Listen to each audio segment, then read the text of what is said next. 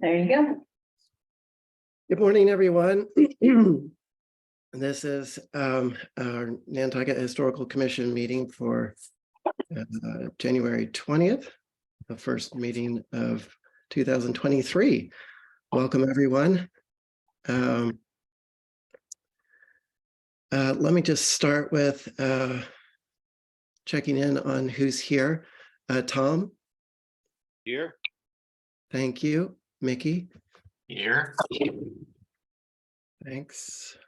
And there's a cluster picture. Okay, David? Here. Hi. Hi. Abby? Here. Thank you. And Georgia? Here. Holly? Present. Thanks so much. And we've got our guest, Hillary. Thank you for coming. Hi, everyone. Thanks. So let's begin. Are there any public comments?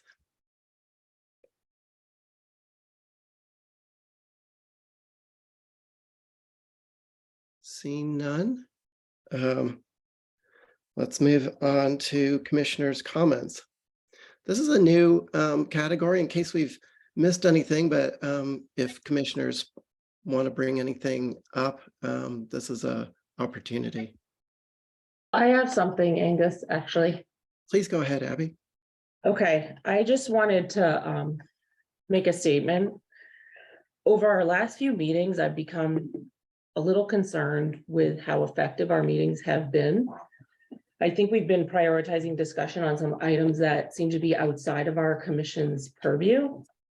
And this has led to the majority of our time not really being spent on initiatives that directly impact historic preservation. Most critical of all, I think, being obtaining funding for these projects. And I think if you look at our packet here, there's one page on any of the items I'm going to list, in none of which detail anything with funding. And I think this is concerning, as our commission should really aim to be as efficient and effective as possible with our limited time and resources. And of specific items that we should have as top priority due to the time-sensitive nature, one of which is our 2023 goals. We really should have established these in October and November so that we would be able to start the year already having these in place. And we would have a list of prioritized town-owned properties and initiatives to focus on for funding. And then specifically for funding, you know, the Paul Brune Historic Revitalization Subgrant Program, that application's due February 7th. The MPS Preservation Technology Grant, that's due February 28th. The Massachusetts Historical Commission, the Preservation Projects Fund application, that's due March 17th. And education opportunities for underrepresented groups, that federal funding application is due March 29th. We haven't discussed any of these. Additionally, any CLG program opportunities for funding, we haven't discussed, and any of the MHC workshops. So I wanted to bring that up just because these are time sensitive, these grants, these applications, and we haven't been spending our time talking about these. So thank you. Just wanted to say that.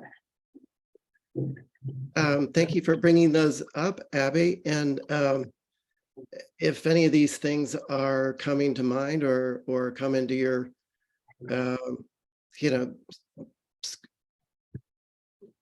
scope, please bring them forward if they're not already part of the agenda.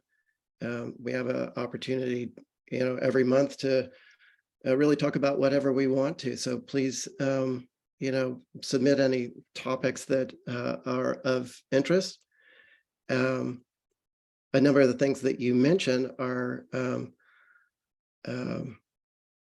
things that we're all made aware of.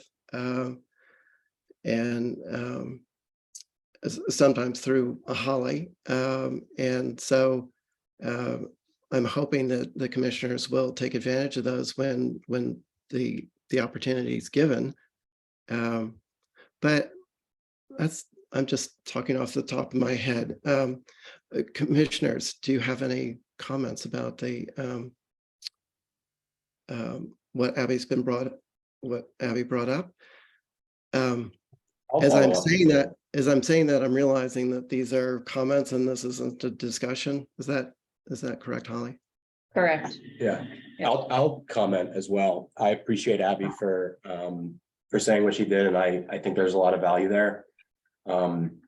We are limited in the time that we have to meet, and I think that we can be really productive, more so this time of year than in the summer, when everybody's kind of full throttle. So I think I'd like to see some of those items on our next agenda, and hopefully, we can kind of divide and conquer, because there's a lot that needs to be done in the next few months. So thank you, Abby, for bringing our attention and help recalibrate us in the new year. So I'm looking forward to seeing all the progress that everyone here can make. Thank you. Thanks, David. Anyone else? I'll make a comment, Angus, which is these are all really good things to be aware of, and they're part of the goals discussion, which I think is on the agenda. So I think the commissioners can discuss it under goals. That's right. Thank you. Maybe you should just do that. And also that the commission can meet as often as it wants. I mean, if you all want to meet every week, you could meet every week. So the time is only limited by how much time you want to spend, and how much Holly's time is very limited, but you can also meet without Holly and do things without Holly if that's what is called for in your opinion. Thank you, Hillary. Anyone else? All right, well, let's move on in the agenda. Just a couple of quick updates. The transportation planner has resigned. It was good to have him on the meeting, and I'm sorry to see him go, and look forward to seeing what's coming up next. And then there's the wind farm. Thanks, Holly. Are you pulling that up? Yes, can you see it? Yes, great, thanks. And so we're now confirmed as being consultants on with the wind farm. And Tom, thank you for continuing to head that for NHC.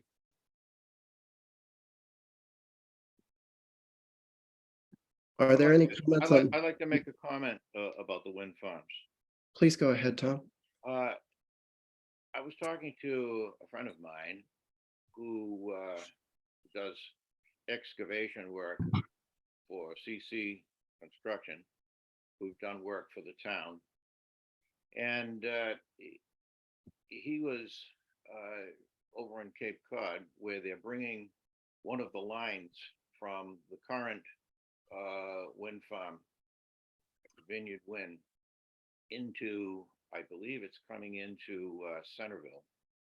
And next to him, he was just doing work for his own company, laying sewer lines. But there was another company right next to him who was digging up the area in getting ready to bring the lines that are coming up the Muskegee Channel and are going to go into Centerville.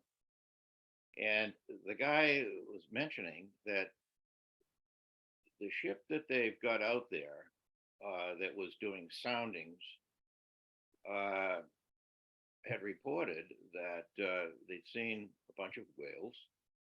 As it turns out, there are 6 dead whales that have showed up, 10 on the whole East Coast from Nantucket to South Carolina in this period since they've been doing the sounding. And they're trying to find out why all of a sudden these whales are coming ashore. They're all dead. And so he's not saying that it's because of this work, but it certainly is interesting.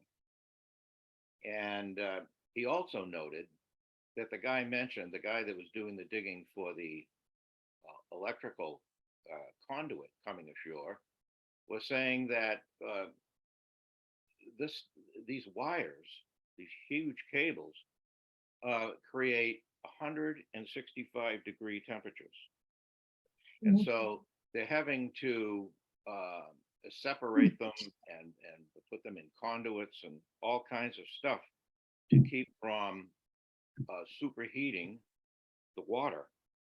And there's a lot more, I think, that really needs to be looked into with all this stuff. And I'm not sure that public is aware of it. Thank you for that, Tom. I've been hearing in the news, just on the radio, such distressing news about the whales. Those are staggering numbers when you think about how few there are total.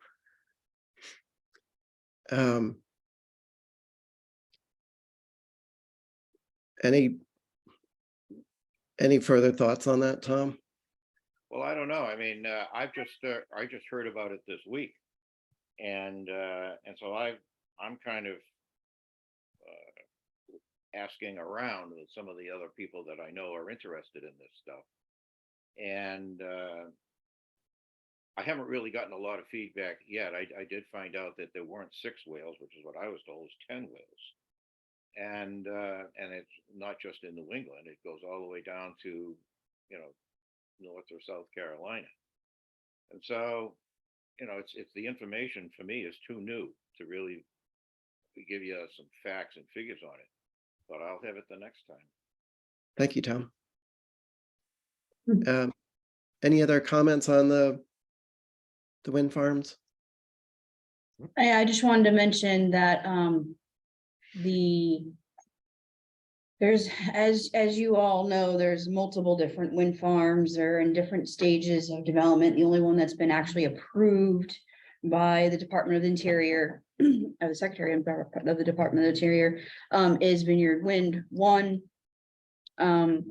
There is another one, Mayflower, and pretty soon Tom, as your commission's representative, as well as other representatives for Section 106 on the National Historic Preservation Act, will be contacted, and we're hopeful we'll have Mayflower Wind, which is another one of the wind farms that's in queue, if you will, going through the whole NEPA and MEPA process, in Section 106, to be coming to Nantucket and having kind of like a meet and greet.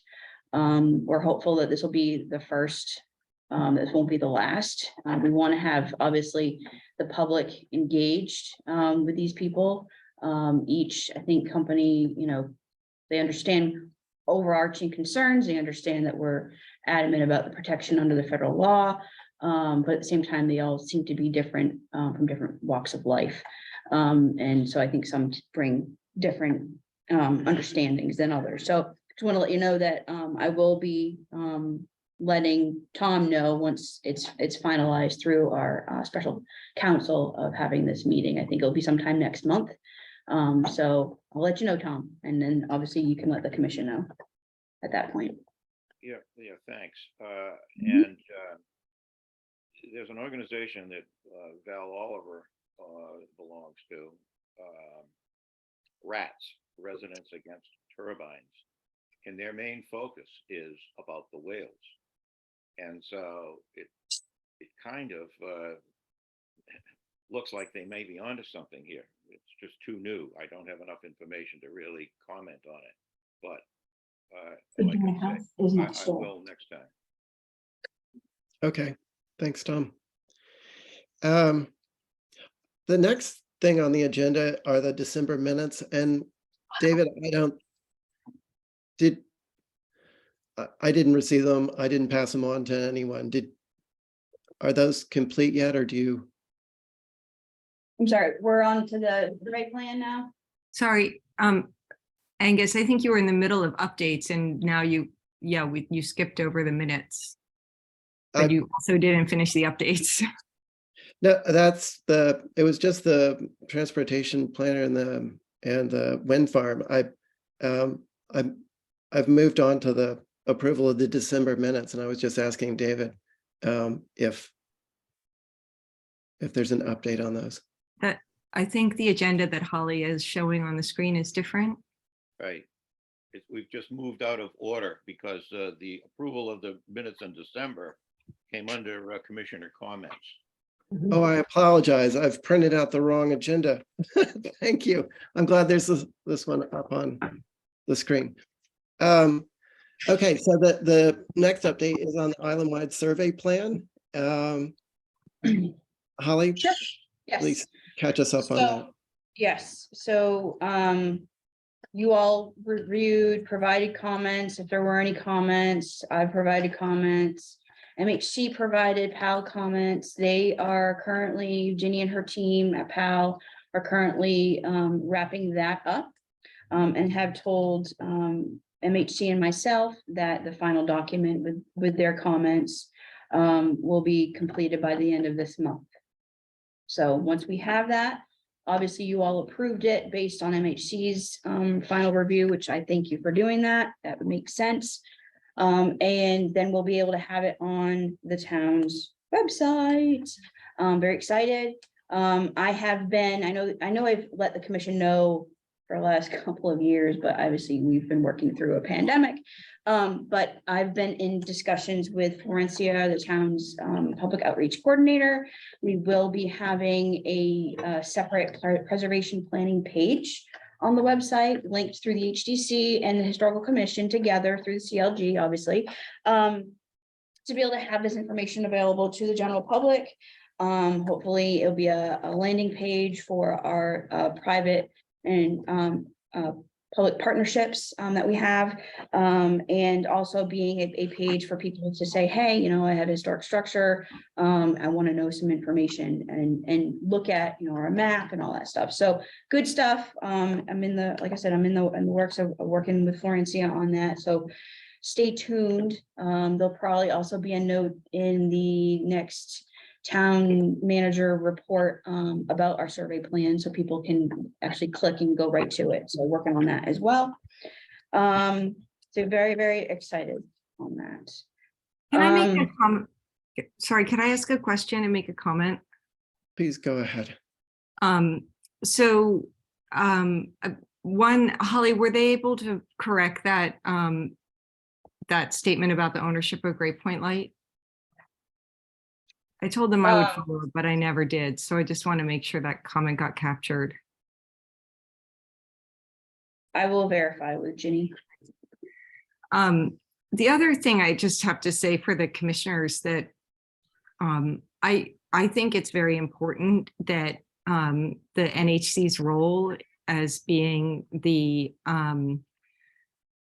commission that sponsors and oversees and who has responsibility for this plan is publicly acknowledged. And I think that hasn't necessarily been done adequately in presentations. And I don't know what's being planned as far as the website, but I think the NHC should be able to discuss and decide how it wants to present itself on the town website, because it's an independent commission. And it's not up to me, but I just wanted to make that comment because I've watched all the presentation. Mr. Chair, if I may, through you to Hillary, I have mentioned the Historical Commission, and I kind of take offensive that it hasn't been, that this comment is actually being brought up. I think it's very clear that the Historical Commission is the commission who oversees it, yes, but we are also in the CLG pot. Every single grant application that we have received for these projects for the survey and planning mechanism through MHC that's dictated through the Congress for federal funding, it is through the CLG. And again, this commission wouldn't be in that pot if it wasn't for the CLG, which makes up of both commissions. So yeah, I don't understand this comment, but anyway, there's my comment on that. Are there comments from the other commissioners? Yeah, I'd like to chime in that I appreciate Holly saying that, and I also appreciate Hillary's wanting to continually bring it to people's attention, because our existence has occasionally been fraught and wrought with some misapprehension on the public's part. So I think anything we can do to indicate the part that we've played in this is appreciated. So thank you, Holly, for doing that. And thank you, Hillary, for bringing it up. This will be very helpful to have it on the, our public facing page like that. It also occurs to me, apropos of what the three of us have been working on, that having a public facing page where somebody can sign in and say, yeah, I have a historic house, will be a wonderful place for us to publicize our own public facing initiatives, such as Yeah, a revolving loan fund for people to help to get less expensive money to restore their historic houses when needed. So I really like the idea of a public facing historic preservation page. That's a great idea, Holly.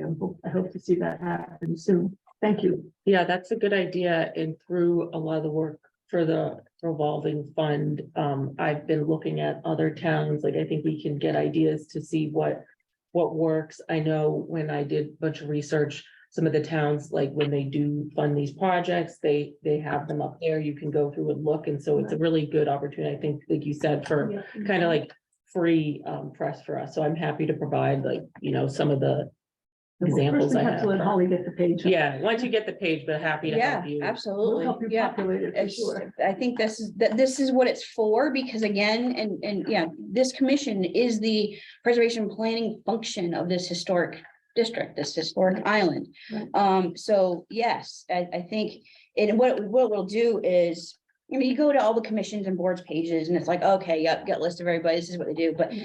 I think that gets lost in transition and translation. So if we could have this page, and I've looked at other places to see, kind of like the Resilient Nantucket page that we have, that is very similar to what Newport's kind of been doing over the last couple of years as well. So again, we don't reinvent the wheel, but having something that is linked to both commissions, linked to the CLG, explaining exactly what this initiative is, but what preservation planning functions are. And that includes that kind of stuff.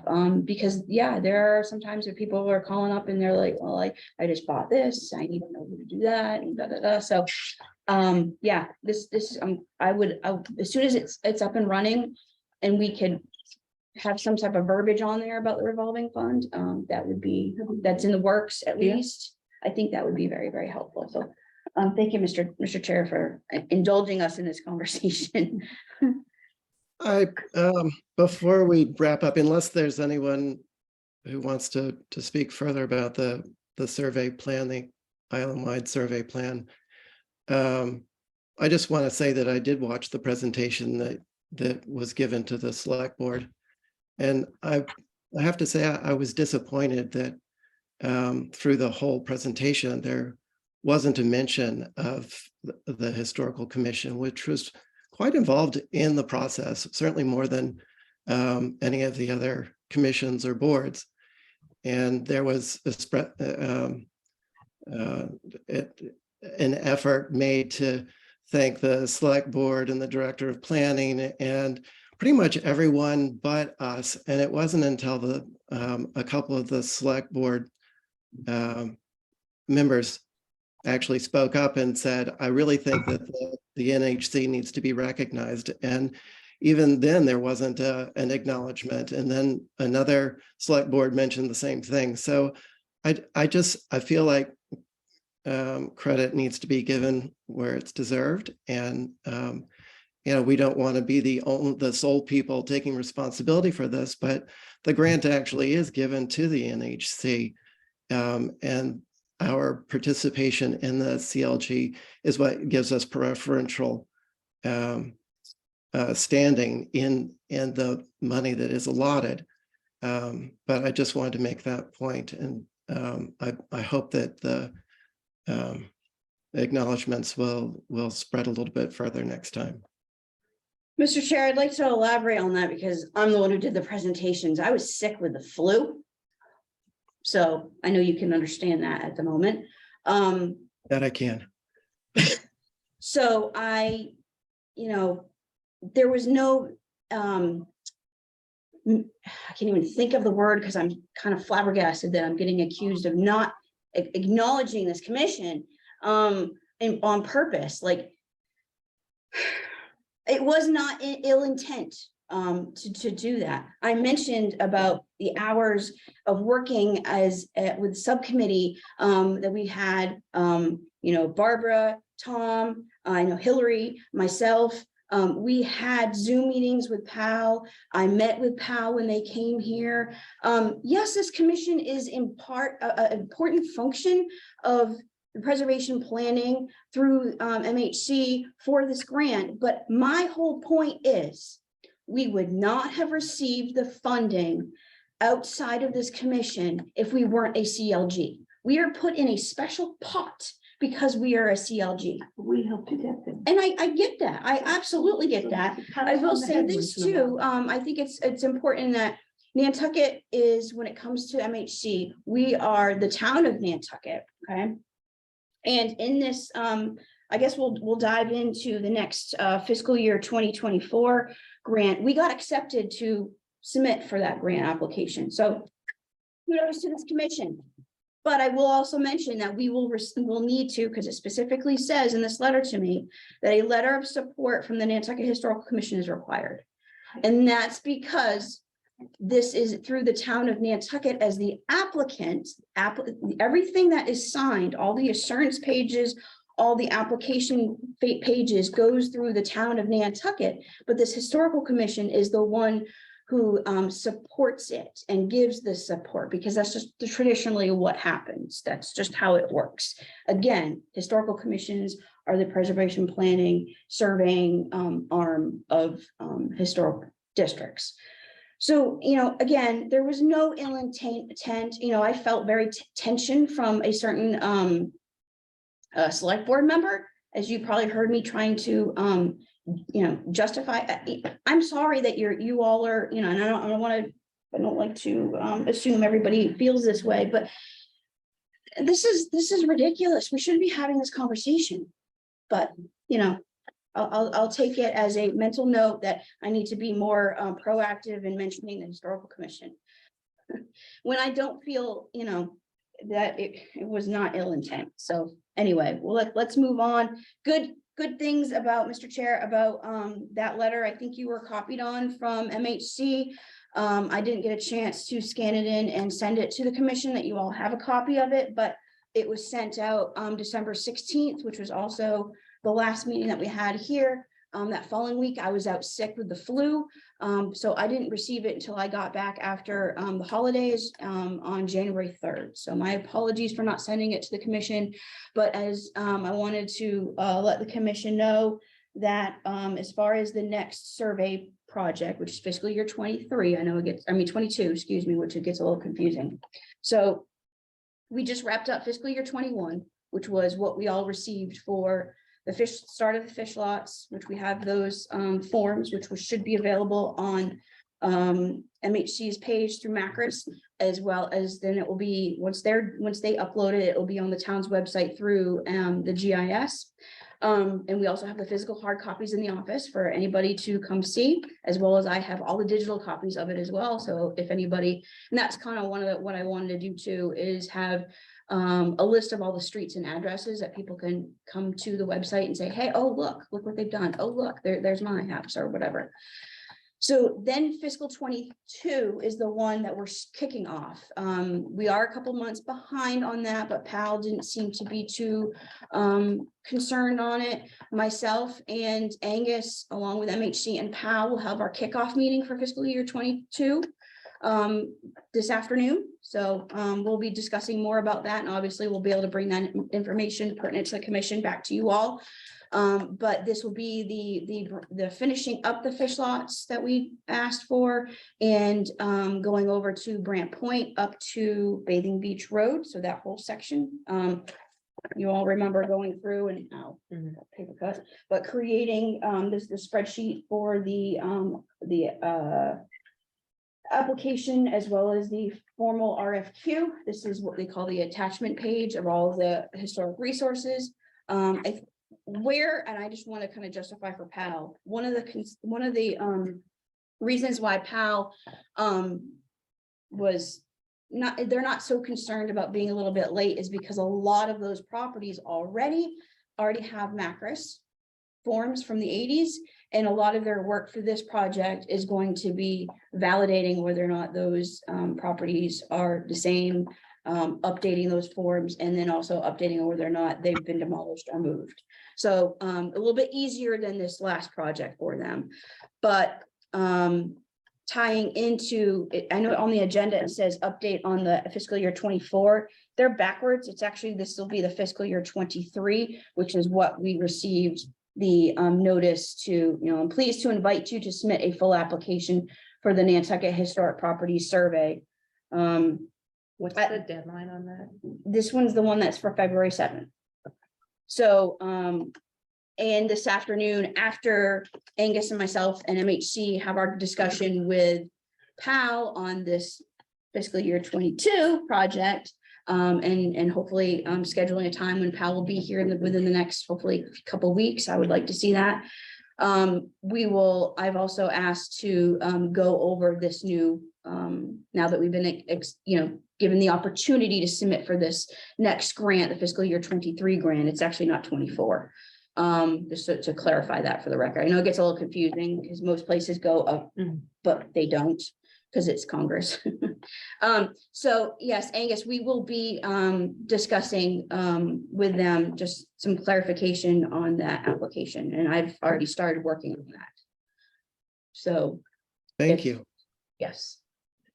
Sorry, I have a question, Angus, if ahead. you wouldn't mind. So in the past, it's been the Historical Commission that's applied for the grants through the town of Nantucket on behalf of the Historical Commission. Is that not the case this time around, Holly? It is. It's both the town of Nantucket and the Historical Commission. But this year they specifically asked in this letter for a letter of support from the Nantucket Historical Commission, meaning it's the town of Nantucket, but the Historical Commission is supporting it. Right. Before, we never gave a letter of support because we were the applicant. We were the Correct. applicant. So now it And sounds like the No, town is and the applicant. nothing was changed. There was nothing that see. I changed on behalf of anything. So, I mean, that can be a clarification that Angus and I can bring up this afternoon when we have our meeting with MHC. But that was brought to my attention in this letter. Okay. So, I was yeah, and you're right. curious. You've never had to do that in the past. So. And I have one other question, which is, is there any other town in Massachusetts that is part of the certified local government program that has a certified local government page on their communication strategy? Is this something that's done anywhere? I can follow up with the CLG coordinator at the state and ask that question. There's 27 other communities, 26 other Yeah. communities.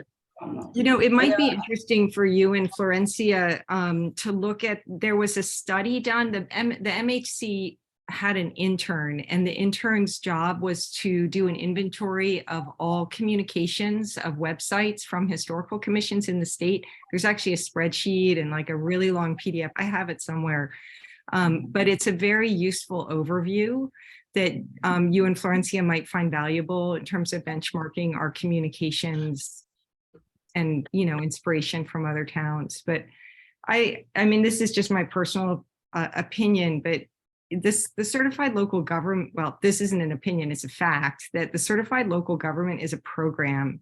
It's not a thing. And the Certified Local Government Commission, it doesn't exist as a commission. It's just a term of convenience because for the federal government, the money, the program admits preservation commissions, and in Massachusetts, there are often two commissions. So they needed to have some term of convenience. And I just think it's very confusing for the public. I don't know why this commission would want to support the branding of certified local government. I mean, there are two commissions, the Historical Commission and the HDC. They do very different things. They have different responsibilities. And it seems to me that the town is always telling the Historical Commission not to interfere with the HDC and, not to advise them about this or that.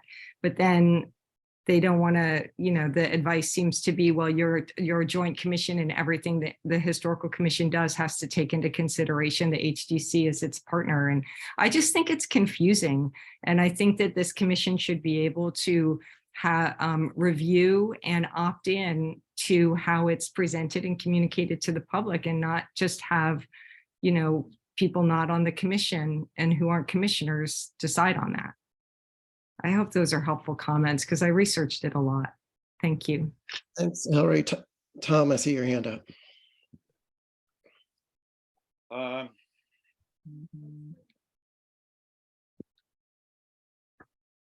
Nantucket Historical Commission asked 3 people to sit on a board, to sit on a subcommittee, to work through the CLG stuff with Massachusetts Historical Commission. At the time when Hillary was the chairman, it was her and me and Dawn, who is no longer on the commission. Separate from that, the Historical Commission members asked 5 people to make up a subcommittee for the surveys. And that group was Barbara, myself, Hillary. I can't remember the other 2, but Betsy. Betsy, yeah, thank you. And so, sorry about that. And so we got together and we worked through all of that. I was not around when this all came out about the CLG and the survey stuff. But I was very upset with what I heard, because Andrew Vorse himself personally said that commended the NPEDC and the HDC and the select board and the planning board for having proposed all of this stuff for the CLG and the surveys without mentioning the Historical Commission at all. When in fact, I want the public to know, me, Tom Montgomery, was on both of those commissions, and none of those people had anything to do whatsoever with that. Those comments are taken out of Now, context. Holly can say what she wants as the administrator because she had stuff to do with both of those because she's the administrator. But I have to tell you and the public that the Nantucket Historical Commission were the ones that brought those things forth for the town of Nantucket, not the NPEDC or a single member on that, Andrew Vorse or any of the rest of them. It was only the members that were put on the subcommittees from this commission that did that. I was going to write a letter and send it to the paper, but I'm going to say it publicly right now so everybody can hear it and see it, because that was totally wrong. Tom, thank you. I think we've all expressed our concerns, and I feel like we have a lot to cover in this agenda. So I'd like to move on, please. Thanks. So as Holly has mentioned, we will be meeting actually in a few hours to kick off the survey work that will be happening in Brant Point and in the Cliff or Cliffside.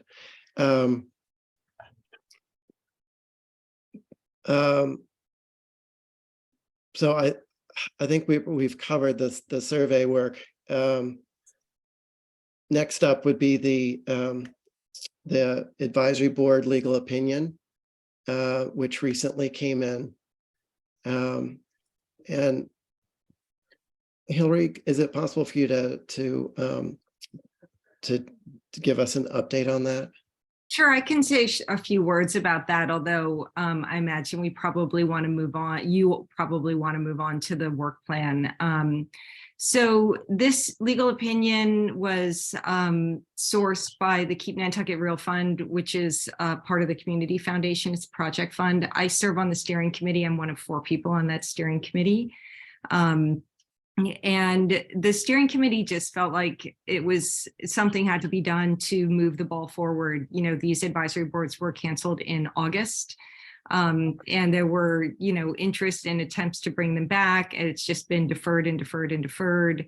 The HDC has reaffirmed their interest in having their advisory boards back officially recognized on 3 separate occasions, including most recently, I guess, the first meeting of the year in January. 2 members of the advisory boards, Angus and Mickey, are on this commission. The Keep Nantucket Real Fund just felt like maybe, the HCC doesn't have its own legal representation. So maybe there would be some purpose in exploring this a little bit more and providing more information to the town. I can see that Abby is grimacing and shaking her head. Abby, did you want to say something? Yeah, my understanding of the way town administration and function works is town council would be the legal representation for any of the committees and commissions that the town. So I don't think that I've worked in town government myself. Any town would then have any commission go out and seek separate legal representation. That's just not the way town government works. Well, So I think that's, I'd like to point out that Concom has done that when it's been in conflict with the town over the issue of the geotube. no, you can, but I'm just saying that It isn't that's typical. not the way it's supposed to be done, because the whole point of having town council. So that's just why. But again, I also think this is not the purview of this commission either way. And we really should be talking about our goals and the things that are more directly pertinent to our commission. Not that I do think the advisory boards are important, but I think that my understanding is that that is something being worked on by that commission, and that this is really just not the purview of our commission, and we should be focusing on the things that are more important to us that impact funding and historic preservation directly. So that's all I wanted to say. Before you continue, Hillary, Abby, I know you're the newest member to join us, and we're grateful to have you. Our priority all along the way is, as far as our mission of preservation, one of the greatest impacts of preservation on Nantucket is through the HDC, and so they're very important, and the advisory boards are important to the HDC. So the advisory boards and the HDC are important to us, and the current town council opinion that was stated in August that disbanded all the advisory boards was inconsistent with the town council that we had for 20 years but prior. And so it seemed to make sense to get a current temperature on what the situation was. And Hillary, could you please continue? I appreciate your support. Sure. Yeah, I mean, this opinion was not sought by, this opinion was provided by an outside group that's mission is to promote preservation on Nantucket through education and information and research. And it's there to be considered. If the HCC doesn't want advisory boards, they're not going to do anything about it. But I do think that having information is always useful, and there's a lot of research in that letter which is valid. So I don't know why anybody would want to ignore it. And we'll see what happens. The HDC hasn't commented on the letter yet. I think the select board has requested to, members of the select board have requested that it be brought back to them. There are a lot of people who are confused. And It's relevant to the certified local government, which has been a big topic of this discussion, which is a partnership. And so I do think it's inconsistent with that outlook to say that this commission shouldn't comment on, what's going on with the HDC and how to help them. So I'm happy to answer any questions that commissioners have about the opinion. I'm quite familiar with it. If anybody has any questions, if the chair wants to entertain questions, but this is in the update section, so we can just keep it at that. Unless there are any further Yeah. comments. Yes, Angus, I just Georgie? wondered, what was the substance of the opinion? I didn't see that in the agenda. Was Oh, that in sure. there? The opinion is attached. It's included in the packet. It's 6 pages. The substance of the opinion, I'll quickly summarize, is that the Historic District Commission was formed by a special act and is authorized by the state legislature, similar to the Beacon Hill Architectural Commission. And in a prior Supreme Judicial Court of Appeals of Massachusetts case, the court established that the Beacon Hill Architectural Commission functioned with the authority and akin to a state agency, and had powers independent of the municipality. And that this is a precedential case that would also establish that the Historical Commission on Nantucket functions independently from the municipality. The opinion went on to cite 3 different cases, also precedential cases heard by the Supreme Court, where boards that have been created by the state created their own advisory boards to advise them. And that based on, that legal argument, the HDC has the power to create independent advisory boards to advise them and to manage their workload, which is significant and is more than they can really cover adequately without the help of their advisory boards. And that's basically the substance of it.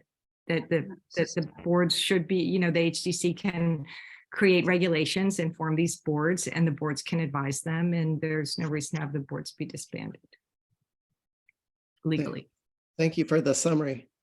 Georgia, are you? Yeah, thank you. I'd overlooked that in the meeting minutes and the meeting materials. Thank you. Let's move on to our work plan. Our priorities and goals. And this is going to tie back to Abby's comments earlier. But we have a whole list of goals, and in our last meeting, Abby and David had offered to bring these forward. I didn't use the format that they used just because I felt that it was tackling too much at once. I think it's important for the commission to decide what our priorities and goals are going to be, and then figure out how to track, monitor, and work on those. Order. Tom, yes, go ahead. Yeah, could you expand that screen so that we can read it? I mean, it's very small, very difficult to read.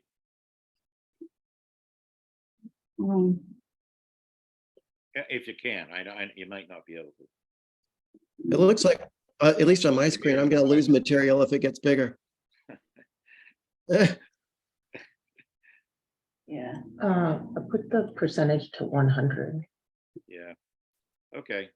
It's worth a try. Sorry. Doesn't matter. Hold on.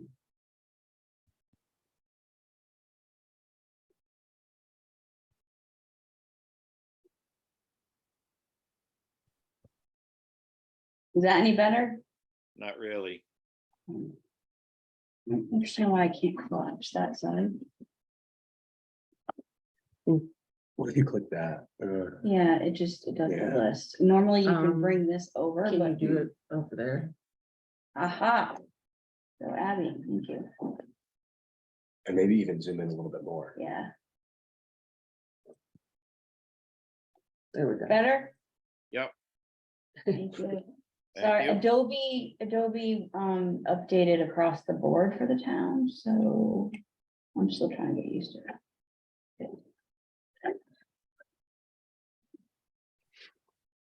it. So would anyone like to begin on what they want to focus on? What goals are important? I just have a question before we get going. Is the goal of this discussion to set priorities in order of most importance? And on down, is that what the outcome is here, or the preferred Ideally, and if there's something that's not on this list, please, let's add it. Well, I think the ongoing work with the surveys Yeah, should probably stay at the top of the list, which is conveniently there for us. I agree. Agree.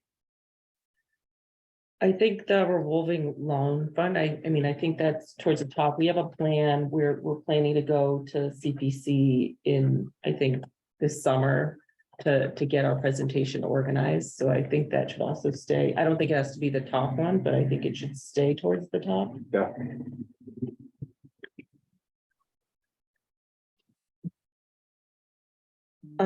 I think we should move up the education opportunities because when I mentioned earlier about some of the grant opportunities, I think if we were able to get some funding to do something with underrepresented groups, I think that would be a really good, especially, Georgia, when we're talking about like getting our name out there, if we're able to do something like that, engage with the community, I think that's a good way for us to also be generating,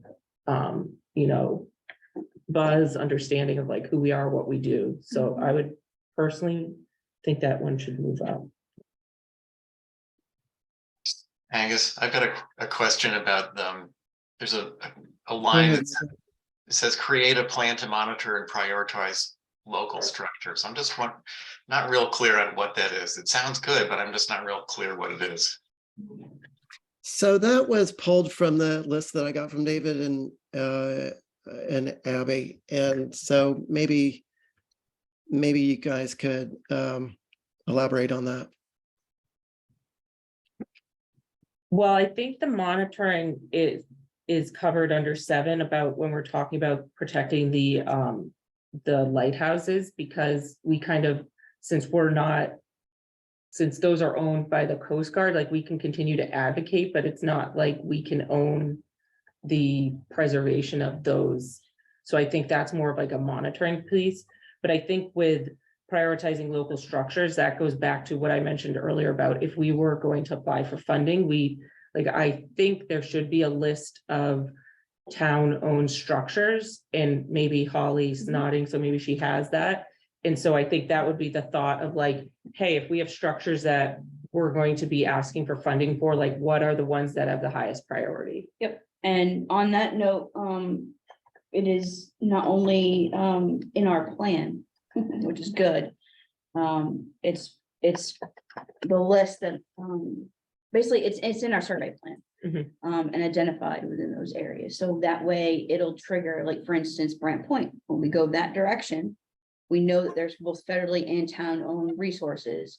Federally in the first section, and in the second section, we've got Jetty's Beach.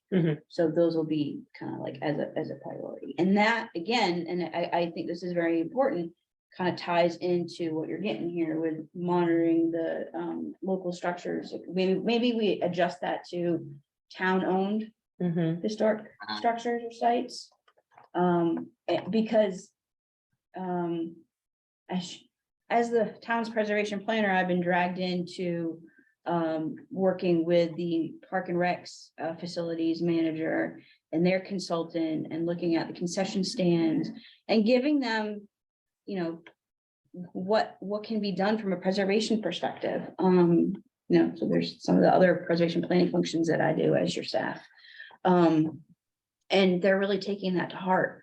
The fact that, through the MPFF, I think it is MPPFF. MPP. There we go, the acronym.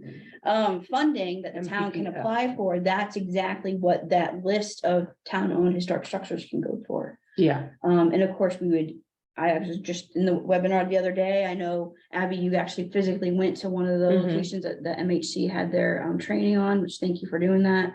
I think if anybody can really dive into understanding what is entailed, it'll help us prioritize what, as the town is working on particular projects, to say, hey, we already, we have this information.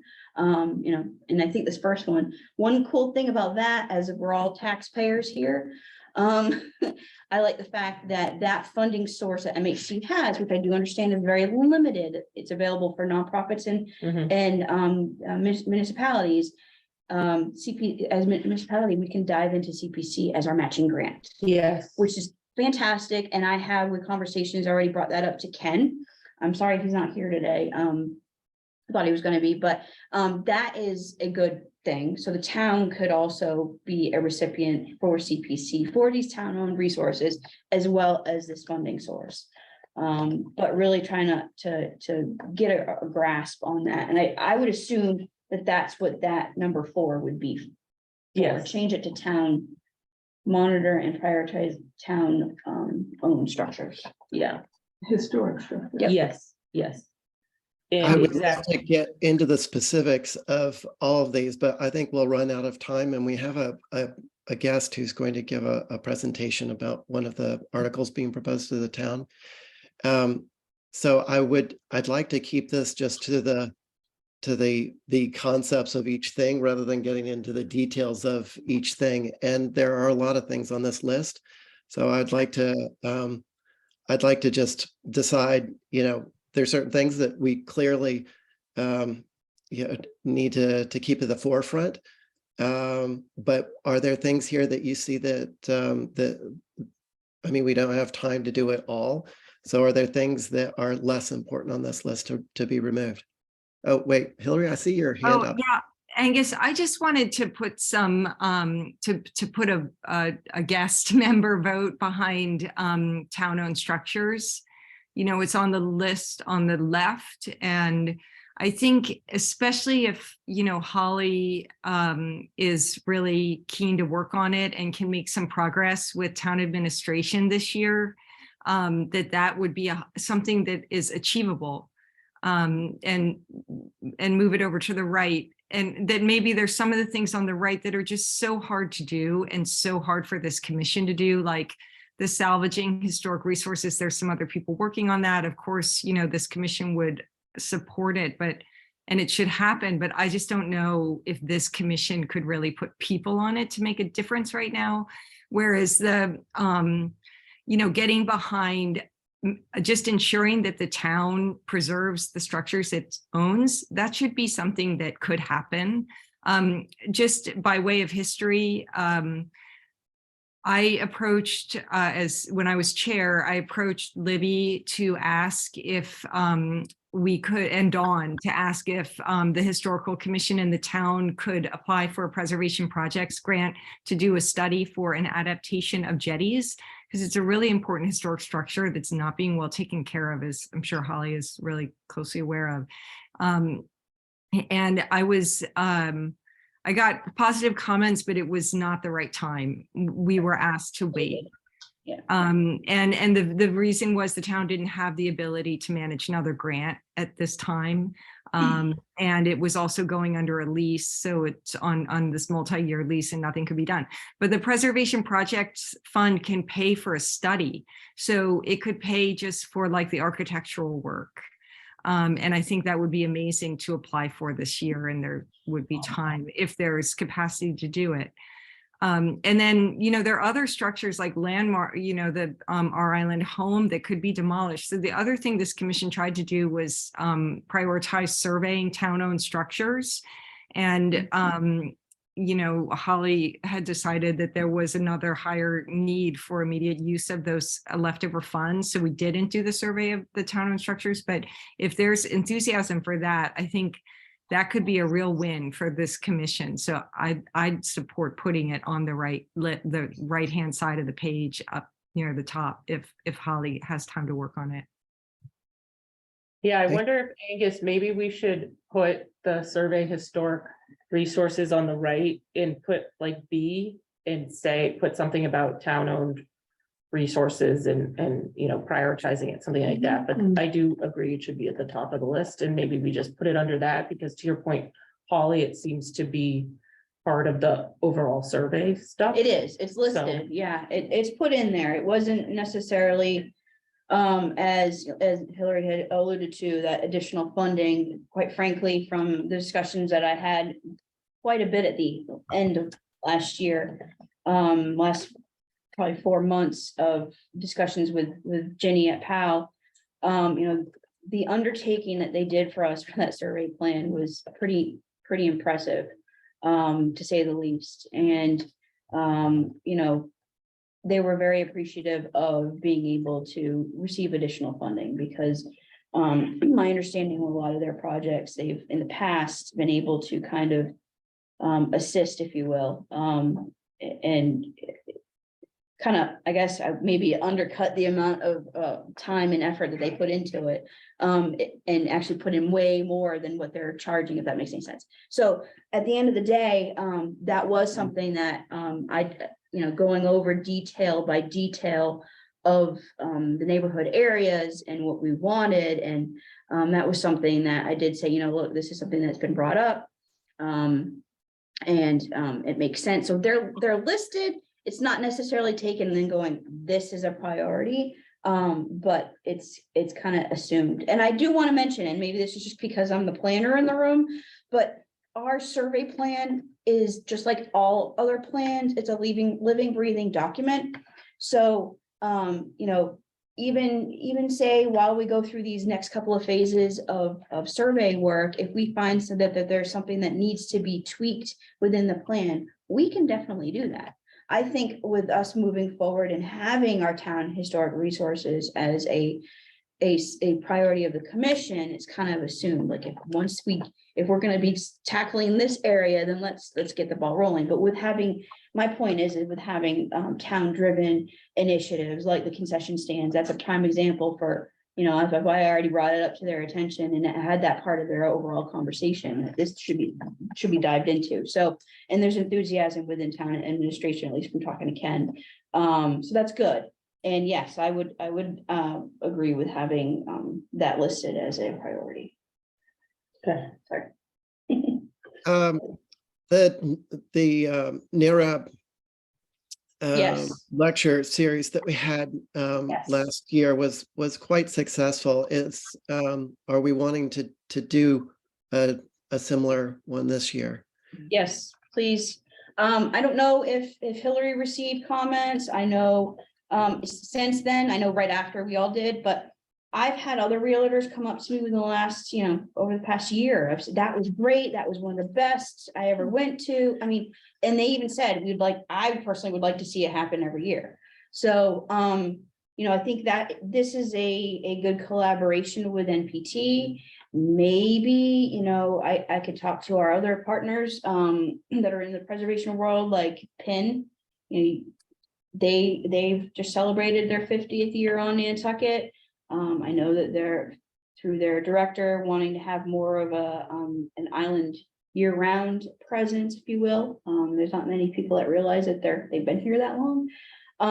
And I think that might be something that maybe they could kind of tap into too, because I think they're underutilized with the amount of history and information that they've done over the years. And I know that they're working on digitizing a lot of their files from the past 50 years. So we could tackle the NRAB presentation as a group effort. So yeah, in the future, let's be thinking about what those topics are going to be that we want to cover in that. And then the training of the commissioners. Are you guys participating in any of the sort of the lectures, workshops, things that have been made available, and Holly has given us links to? I've attended all the trainings offered by the MHC. So if you wanted, Angus, I was going to say I could volunteer to be, I see somebody put training captain. Good idea. I'd be happy to do that. I've gone to Holly mentioned the session about MPPF. I've also done the virtual session, so happy to go, and then I can share the resources, because after any of those meetings, they send this stuff out, so I'm happy to just kind of continue that. Yeah. And keep everybody apprised of what is happening. On that note, Mr. Chair, I try as much as I can whenever I receive anything from Jen Doherty and MHC to send it off to everybody, both commissions. If I'm remiss, I apologize. I would also recommend, if you're not already on the historic preservation listserv through MHC, please get on there, because at least that would be like a double dip, and maybe if you're on it, you get it. And then I forward it on, that will be like a trigger to go, oh yeah, hey, that was something I want to do. Because I'm all for reminders. I know I appreciate them when I receive them. So, and Angus, I noticed you were on yesterday, for the infill. MHC had their infill, presentation Jen did. And after that, I actually took it upon myself and forwarded it to the HTC, because I thought it was very imperative for them to, here's some resource for them. I know sometimes they don't have as much time as, say, this commission may have, to doing other things in addition to their daily work and reviewing applications and such. But like Abby said, that they provide the not only a link to the video to listen to her talk and any of the questions that are provided, but also the PowerPoint presentation comes as a PDF. So providing those, I think would also be helpful. Also, I remind the HTC of our, so I will remind it to this commission as well, our camp training that a lot of you did in 2020, all that digitized material I have available. So if they're one of the topics that you want to, refresh your mind on or whatever, you can always email me. That is available. And through obviously our preservation and planning page, I plan on having stuff like that available, at least to, say, for instance, preservation briefs from the National Park Service, a link to the Secretary of Interior standards, those type of things I think is very informative to both commissions and anybody in the preservation world. So yeah, training, all for. And if there's anything that you all think that it would be beneficial to the entire CLG, because again, it's, two commissions, I think we all work together for the historic district. If there's anything that you know of a training that I might not be privy to, please let me know and I will spread the word. Thank you. I did think that was a helpful workshop, and I'm glad that you forwarded it to the HDC. There were some important points made in that presentation. So I'm just going down the list unless anybody wants to pluck things off out of either side of this.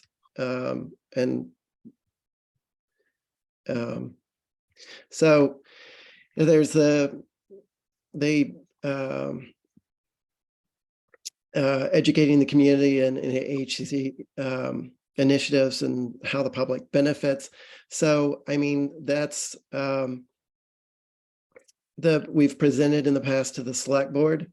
And I'm not sure how much they, want to hear that or how much they, value that, but it is important for us to be updating the town of what we're doing and what's available. As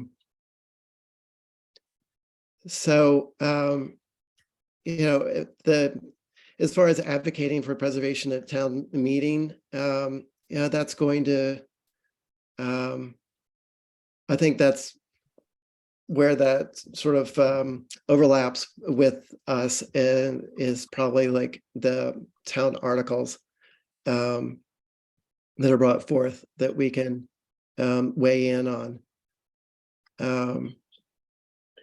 I would add here, Angus, because we're talking about educating the community, doing something that is like a workshop for the community, like something like that. And that's where I was thinking about for like the underrepresented groups funding.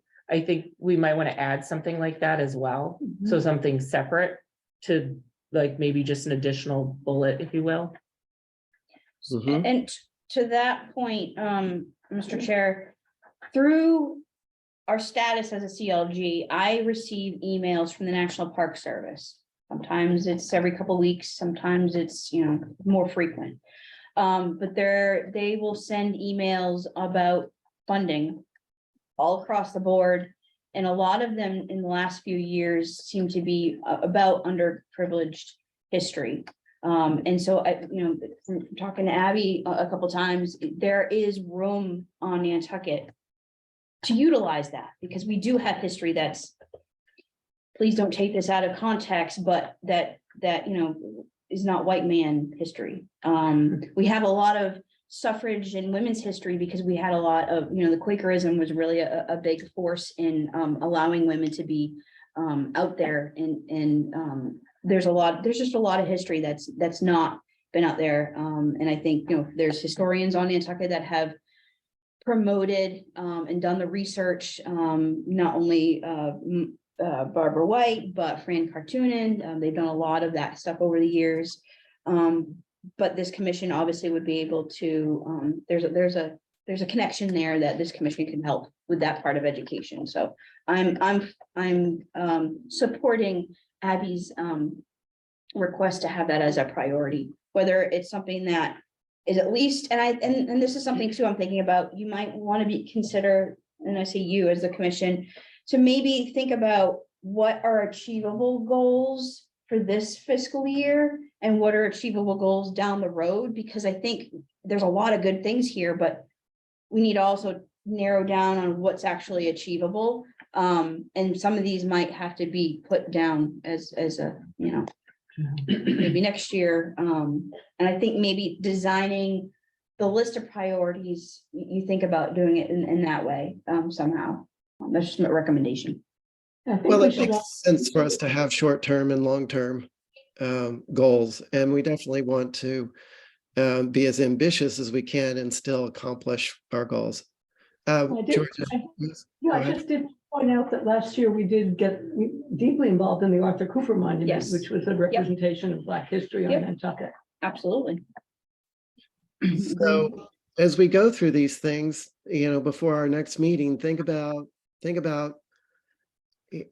what does this mean to you personally, and for the commission? Think about what you feel like you can, as a commission we can work on, but also personally what you're interested in focusing on as we sort of break into smaller groups to be able to accomplish more. So we've talked about Great Point and Brant Point as far as public buildings that we can monitor and work to preserve. And then at the bottom on the right is maintain the historical commission activity at a high level. So that means everything that's involved with it, our membership, our participation in the CLG. There are all the ongoing things that we have. We review the tax credits and any of the other things that sort of come along the way. But what are the comments of the commissioners?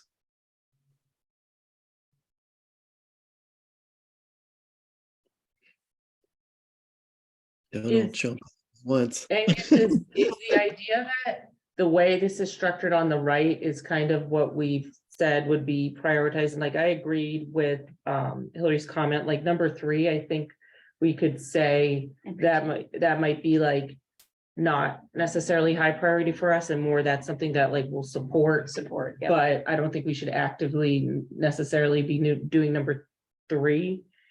And I think for 7, what we talked about is, again, like we will support and monitor, but again, we can't really active. So is the idea that we're all kind of like agreeing with what's on the right, other than like the comments that we've talked about, like adding a B to the survey resources? Because if that's what everyone thinks, I can kind of like update it and then see it Circulated, yeah. circulated to everybody. Thank you for offering, Abby. I'll coordinate with David. He says he, I'm taking down our notes here. Our so notes. We'll circulate them after the meeting. Awesome. Good. Well, I have a question, and yes, go ahead, so David. number 8, maintain membership in CLG program and keeping that in good standing. I think that sounds great. But I'm wondering how we actually do that. I mean, how are we gonna meet with the HDC this year? Maybe this Oh, is a yes. question for you, Holly. Yes. So Yep. I just, Yep. I want to achieve that goal. So I'm wondering if we can set some Yes. specifics Yeah. Yes, on how so, to do that or how to measure it. yeah, absolutely. As Holly, I think is about to say, because she's the liaison for both of us and the CLG coordinator. I mean, the CLG really is a tool more than a group. But we are enjoying the benefits of that tool, and we need to maintain it. And there are minimum requirements for that. We would prefer to be meeting with the HTC more often, but there's a certain minimum that we have to meet with them, and I'm hoping that Holly will be able to coordinate that. Yes, so Mr. Chair, on the CLG topic, we are required to have a joint meeting between the two commissions every fiscal year. Obviously, fiscal year is the same thing, thank God. The state's fiscal year is the same as the town's fiscal year, because that would just screw me up. So for instance, we're in the middle of the fiscal year 22 to 23. It started in July, it will end in June. This past September, I was required to give the CLG's report, signed off by both Angus as chair of the NHC and Ray Pohl as the chair of the HDC, saying obviously that we met the requirements for open meeting law and all that kind of stuff. The report was extensive as far as because of the size of our historic district. So there's reporting requirements. And based on that, we are in good standing. It was a 2-page report, but 150 pages total with all the information that had to be provided. That is more or less the crux of the reporting aspect. But it's important for this commission to realize what your responsibilities are, which we've all lined up before, and that kind of ties in with the tax review. So because we are a national registered district, the Massachusetts Historical Commission doesn't necessarily recommend us, which we would normally do if we weren't a registered district, to pinpoint those specific properties, solicit from the town administration on what properties we would want to have individually registered. They don't necessarily, want us to do that. We don't not necessarily need to be done. And in lieu of that, that's where the historic tax credit applications are imperative to outline how many they want to know how many we've done in lieu of that. So, like I said, we're in good standing. We are again required to meet during this fiscal year. So basically, we would want to think about. And this is something that I will probably be shooting an email out to both Angus and Ray on thinking when would be a good time for the two commissions to meet between now and June. And of course, it's already in the middle of January, so I would like to kind of nip that and get that set sooner rather than later. But that is something that should be done before June. So, David, does that answer your question? It does. Yes, thank you. So Holly, I look forward to hearing date options from you. yes, absolutely. Good. The sooner we know about it, the better we can plan for it. But my guess is we're probably going to be a little bit more flexible than the HDC, but You hopefully. guys, yeah. Before too much time goes by, I'd like to move on to the next topic if we can, unless anyone has something to add.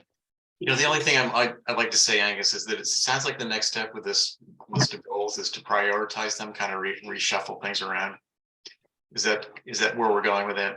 We're taking the notes of what we've discussed today and reshuffling, and we will, I would prefer that when we bring this up the next time that there'll be hands raised of, specifics of who wants to do what, and so that we can accomplish Yes. what we can. Okay, good. So let's move on to the town articles. Thank you so much for your patience and joining us today, Gail. Hello, Welcome. thank you. Gail Walker, maybe you could work out with Holly as far as screen sharing, if you'd like to give a presentation on your article. I have a couple of things that I would like to screen share with you, but I don't have a formal PowerPoint presentation. It's going to just be more prepared remarks. Thank you. But if we're ready, I will get started then. Okay. All right. Well, thank you. I really appreciate the opportunity to discuss my article with you, all of you, and answer any questions or concerns you have about it. When it comes to historical preservation, basically, I think curtailing light pollution should be right up there with all your other preservation priorities, because many feel that the historic look and feel of Nantucket is being eroded in some areas of the island by all the excessive lighting, and I tend to agree with that. As I said when I met with you in October, and I hope you'll agree, dark skies are an important part of Nantucket's heritage that we should all be doing more to preserve. Because the new bylaw, or the new bylaw that I'm proposing, is rather long and somewhat technical, I thought it might be helpful to walk you through it at a high level and point out what I think are the most significant changes from the existing bylaw. I'll then discuss a few topics that I'm pretty sure are on everybody's mind and answer any questions you have. I hope you'll then vote to publicly endorse my proposal. The Nantucket Civic League did just that recently. The Finance Committee is considering my article at its meeting next Thursday, January 26th. So an endorsement by this commission would be extremely helpful in convincing them to recommend passage of it at the town meeting. So let's get to my proposal. I would like to screen share something with you. Let's see if I can find the screen share.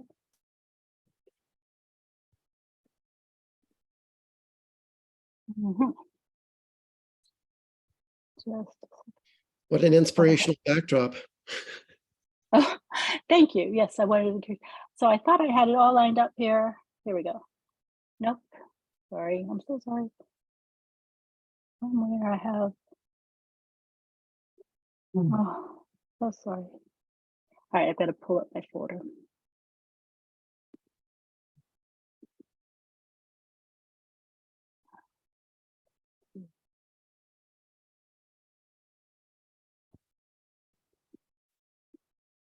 Oh my goodness. Okay.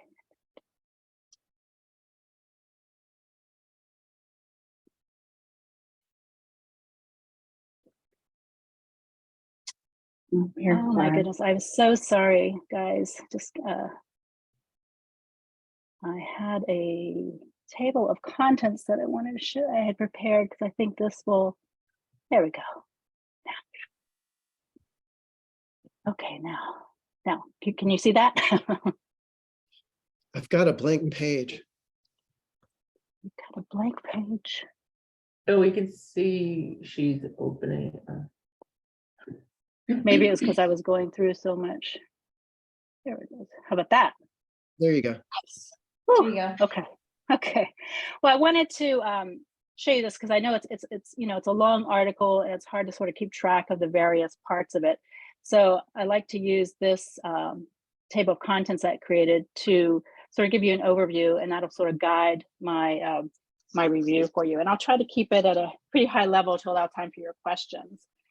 So basically, it starts out with general requirements for all outdoor lighting. And these reflect the fundamental principles that the International Dark Sky Association and the Illuminating Engineering Society have agreed on for responsible outdoor lighting.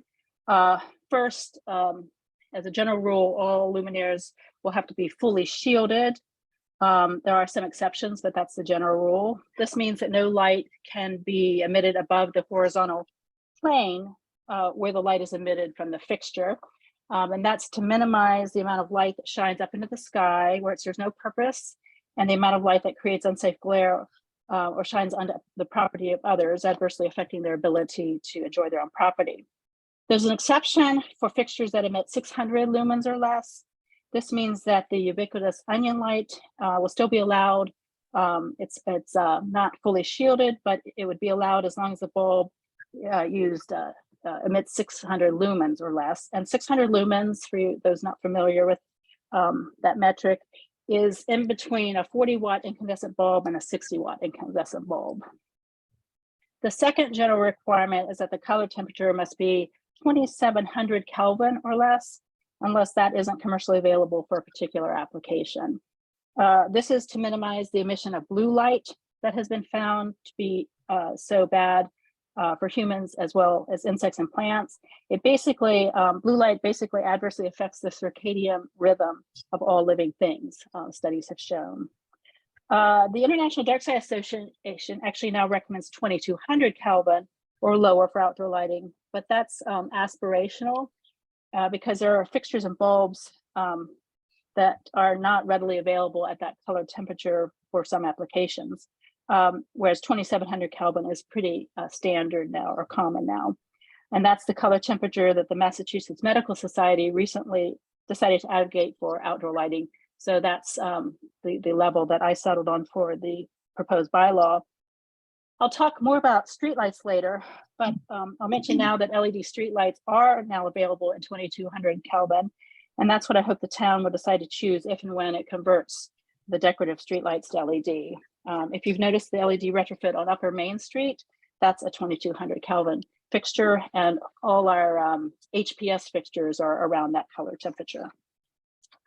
The third general requirement would be that the brightness of the light can't exceed specified limits. The proposed limits on lumens, there's a total lumen cap per site, per luminaire, and for luminaires that aren't fully shielded. This is a new approach that I'm hoping will be easier to follow than the approach taken in the existing bylaw, which is based on a measurement called foot candles.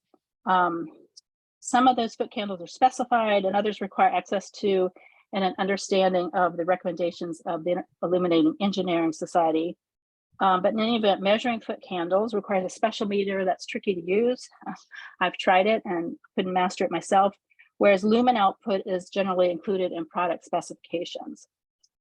Finally, the proposed bylaw restricts the hours during which illumination is allowed, with some exceptions, most notably for safety and security lighting and for streetlights. The existing bylaw has a curfew, but only for sports lighting used for competitions on non-resident properties. After the general requirements, we get to some specific requirements for applications, as you can see here. And one of those has to do with streetlights. And I'm going to go over the special requirements for streetlights in a minute, since those will apply to the decorative streetlights that I know you have a particular interest in. After all the general requirements, there are some outright prohibitions. Most importantly, light, trespassing, glare that rise to the level of public safety or public nuisance are prohibited. That basically means that, number one, this kind of lighting must be abated immediately, notwithstanding the grace period, which I'll get to in a minute. And two, the property owner might have to take actions beyond what is generally required in order to eliminate the hazard or nuisance. Then we have some exemptions. They're pretty standard exemptions. Most notable are exemptions for lighting needed by public safety personnel in emergency situations, temporary lighting needed to save life, limb, or property from imminent peril, lighting approved in conjunction with a special event permit issued by the select board, and lighting mandated by a higher authority. Now, in terms of applicability, which is actually addressed at the beginning, just by the nature of regulatory writing. That's where it stands, but I'll save it a little bit to the end. I just wanted to mention that existing feature luminaires, those that are currently installed that don't conform to the proposed new requirements would have a grace period of 5 years with some exceptions. And in some cases, a property owner could qualify for an extension of up to 10 years. The big exception to the grace period is for lighting that constitutes a public safety hazard or lighting nuisance, as I mentioned before. Those would have to be abated within about 30 days of being notified of the problem. Also related to applicability is the provision for waivers, the administrative waivers. This is would allow an administrative waiver to be granted due to special circumstances for when compliance would create an unreasonable hardship for the property owner or would be materially detrimental to health, safety, or welfare. And then I have a much more extensive enforcement section than the existing bylaw. The main things to note about that are it creates a duty to investigate when someone complains of a suspected violation and requires more transparency about any enforcement actions taken or the reason enforcement action was not taken. It creates appeal rights for those who want to challenge the inaction or enforcement decision of the lighting enforcement officer. It adds what's called step-up civil penalties to provide more financial incentive for compliance. The penalty would be $100 for the first violation, $200 for the second, and $300 for the third and any additional violations. And perhaps most importantly, it adds an outdoor lighting permit requirement so that outdoor lighting plans are reviewed for compliance before the lighting is installed. This would apply to any construction project that requires a building permit and or review by the HDC. Most people think outdoor lighting plans are reviewed as part of the building permit process, but that's not true because the outdoor regulations are not part of the zoning bylaw. I guess I can keep that up if you want to have a reference. Now I just wanted to point out what I think the biggest changes are from the existing bylaw. It's hard to limit these to just a few since there's so many changes and all are important in terms of limiting light pollution. But here's what I'd say are the top 10. Number 1, clear rules about uplighting and shielding. Number 2, color temperature would now be regulated. 3, there would be a general curfew instead of just curfew for non-residential sports lighting, but as I mentioned before, with an exception for safety and security lighting and street lights. Number 4, it takes a new and I think better approach for regulating brightness, and that refers to the lumen limits instead of the foot candle measurements. Number 5, there are better regulations for non-residential sports lighting to address complaints about the athletic lighting at NPS. 6, there are better regs for street lights, which I'll go into detail more in a minute. Illumination of signs would be now regulated under the bylaw. Right now, it's only mentioned in the HDC sign guidebook. Flag poles higher than 20 feet would have to be lit from above instead of with ground mounted spotlights. And 20 feet above, it's considered, well, not the typical flagpole height for residences. It's more what it's mainly focused at flagpoles that are owned by the town or I don't know, the hospital, the schools, I'm not sure who has them, but for non-residential places. Number 9 has stronger enforcement provisions. And number 10, there's availability for waivers and an extension of the grace period based on financial hardship. So that's a general review. Now I just wanted to get to what I think is probably most on your mind, which are what would the implications be for the decorative streetlights. The special requirements for streetlights beyond the general requirements for lighting are in section 1025G, which I'm going to put on the screen for you so you can focus on those. If I can find them again. Why are they always disappearing? I think you have to open them up. That's what it is. You have to open them up before you. Okay.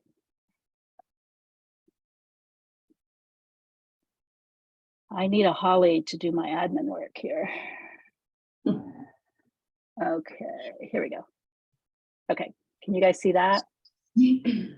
Yes, well, most of it. Whoops, whoops. There, It can was you see that now? You Nope. can't see it now? No, You cannot. we just see you. I can't see What? it. See Okay, each hold other. on. Sorry, There I it have to go. I have to go through the thing again. Maybe I didn't push there. There you go. That There one? you go. Yep. Okay, okay, phew. Sorry for my incompetence. So the most important thing, or the most thing that would have the most implications for the decorative streetlights are what's called the bug rating requirement, and that refers to the amount of backlight, uplight, and glare that a streetlight produces based on a photometric analysis.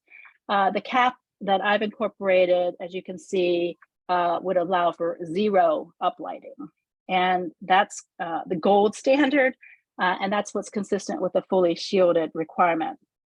As you may recall from the presentation by Jane Slade at your October meeting, for decorative streetlights like the one on Nantucket, the only way to achieve that 0 uplighting rating is to not have a glass globe, or for the colonial style, those glass sides.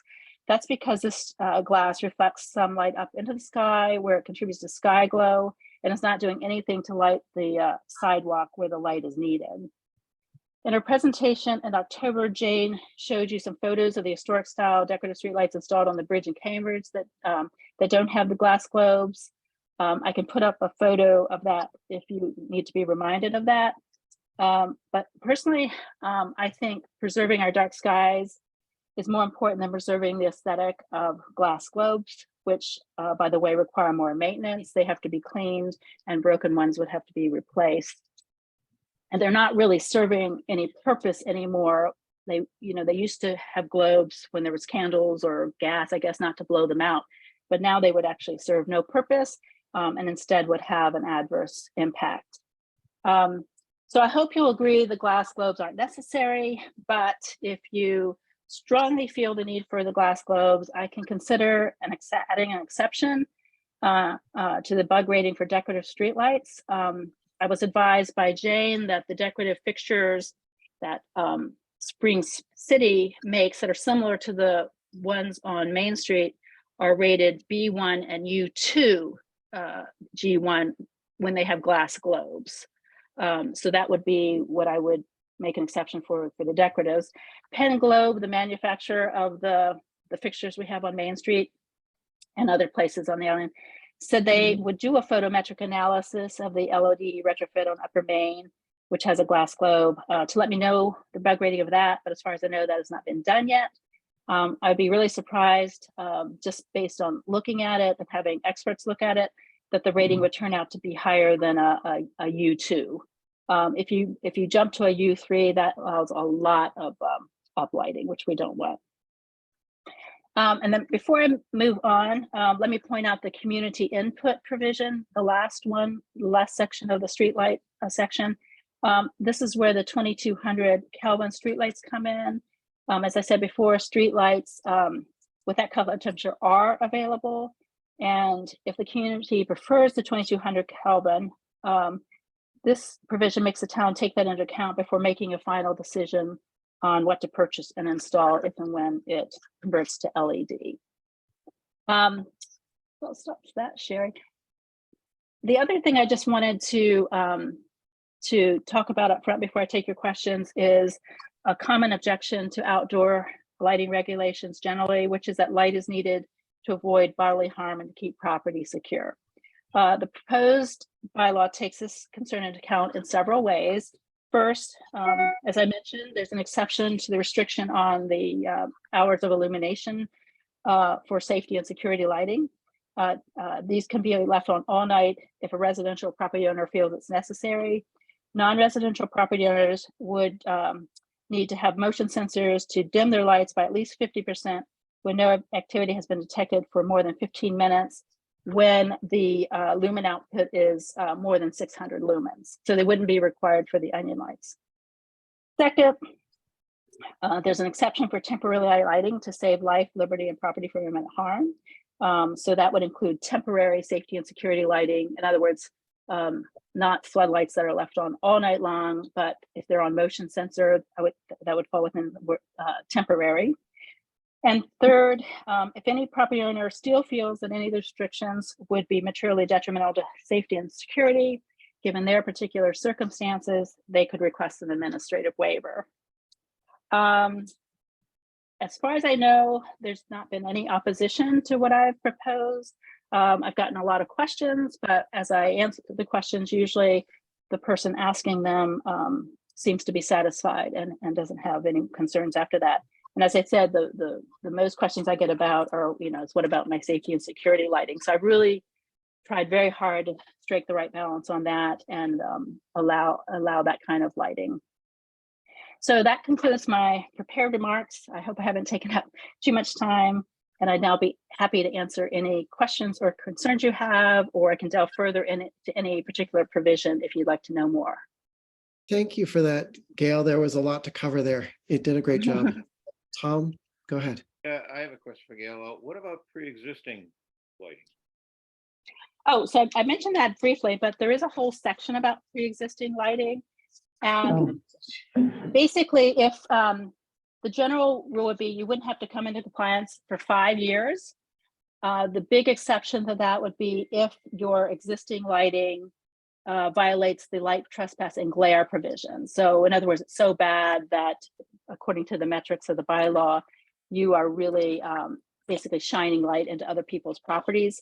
In that case, you would have to come into compliance sooner. Otherwise, you would have to you would have 5 years. The other exception was for if there's a substantial renovation that involves outdoor lighting, you would have to bring it into compliance at that time. And the third exception was for if the town were to retrofit or replace any of its lighting, it would need to come into compliance at that time. And then there's an option to apply for an extension of that grace period, and that's meant for people who maybe they've just gone through complying with the existing bylaw and spent money over $100 is where I said it, and coming into compliance would involve like replacing the fixture as opposed to just replacing a light bulb or adding shielding. In that case, you could qualify for an extension of up to 10 years. Thank you. You're welcome. Go ahead, Mickey. Yeah, I think everything that you've said sounds terrific. I have a couple. I mean, the one question I do have is for new construction. Is there do we need to apply for new lighting, or is it just that we have to follow the rules, and if we're not following them, we get a citation of some sort for new construction? And so brand new construction, and you're applying for a building permit, an HDC approval, you would have to apply for an outdoor lighting permit and submit your plans for outdoor lighting at that time, and the lighting enforcement officer would review them for compliance and let you know where you've misunderstood or overlooked a requirement. And I think that's important because I think the existing outdoor lighting bylaw has just been totally forgotten. Nobody's looking for, a lot of the builders don't seem to be aware of it. And homeowners certainly aren't aware of it. And without a pre-installation compliance review, they get talked into adding, for example, a lot of landscape uplighting, which violates the existing bylaw, but nothing stops them from putting it in. And then we have a problem with lack of enforcement for various reasons. When somebody complains, such as myself, about what it looks to be a clear violation, the lighting enforcement officer hasn't taken any action. In his defense, the lighting enforcement officer is Marcus Silverstein, who also serves as a zoning compliance officer. And I think that keeps him pretty busy. And I don't think he necessarily has time to go out. But I also just think a totally complaint-based enforcement approach, it just invites non-compliance, because then it's up to a neighbor to complain, and they don't like to complain. And then lighting enforcement officer is having to actively go out and look and investigate. Whereas I'm just hoping that with catching some non-compliance ahead of time, that's going to cut it way back. So every new application or building permit application perhaps needs to get the stamp of approval during the process from Marcus. Well, it might not be Marcus because, so Marcus holds two positions, and with the lighting permit requirement, I've talked to Leslie Snell about this extensively. She is the supervisor of Marcus. It would require basically someone full-time. I don't know that Marcus would necessarily be that person anymore. I suspect they would have to hire somebody new, and I would hope that it would be somebody with the appropriate credentials who really knows lighting and knows how to use the meter. So it won't necessarily be Marcus, but whoever is serving as the lighting enforcement officer, the idea is that all lighting permits, all applications for lighting permits would come through him, and that he or she would have to review and issue the permit before outdoor lighting could be installed. Okay. Great, thank you. Mr. Chair, I have a question. Holly, please go ahead. First, Gail, I'm glad to hear you spoke to Leslie. That's perfect, because I'm thinking at it from a logistics town perspective on, that's a, you call out an administrator for it. I'm assuming that's the person, the outdoor lighting person that's gonna be doing it? That would review Yeah, the all position is called a lighting enforcement officer, LEO for short.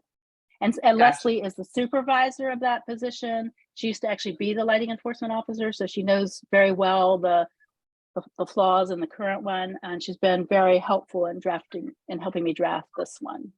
Gotcha, because that would be an additional thing that the town would have to do, not only, create a position for this. Also within our, plus is a very, it's like a spoke in the wheel. We're not a silo. We have all the different functionalities of land use planning and building and all that, which includes the HDC. So of course, from a permitting perspective, we internally would also have to create an application. That in turn we would have to talk to our IT department to make sure that's also implemented within our software. So there's all these other logistics that my brain is going, oh my gosh, okay, all right. But overall, I think it's good. I would say, there is one aspect which I will give Angus and Mickey credit on as former members of the Historic Structures Advisory Board, is in the HDC's checklist.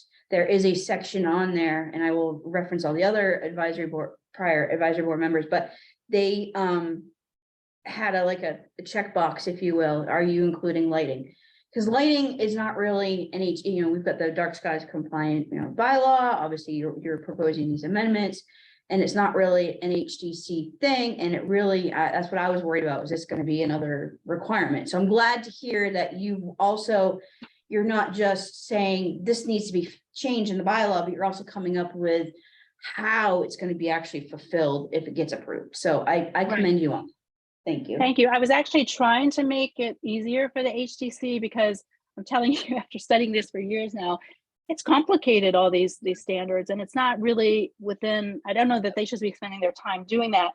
However, I did want to point out, they could still regulate the form of the fixture. Like if you want to, like somebody proposes a really ultra modern fixture, the HDC could reject it for that reason. But when it comes to the lumen output, the color, temperature, whether it's fully shielded, that would turn to somebody with more expertise and training in this area. I just hope you get that person. If this goes through, I just hope that because there's a lot of positions that take a long time to get filled. But well, yes. I can't name names, but somebody who on the island, who's a very dark sky advocate and an excellent electrician. When I vetted my bylaw through him, he said, "Oh, I would love that job." Well, that's good news to hear. So I'm hoping there are people like that. Excellent.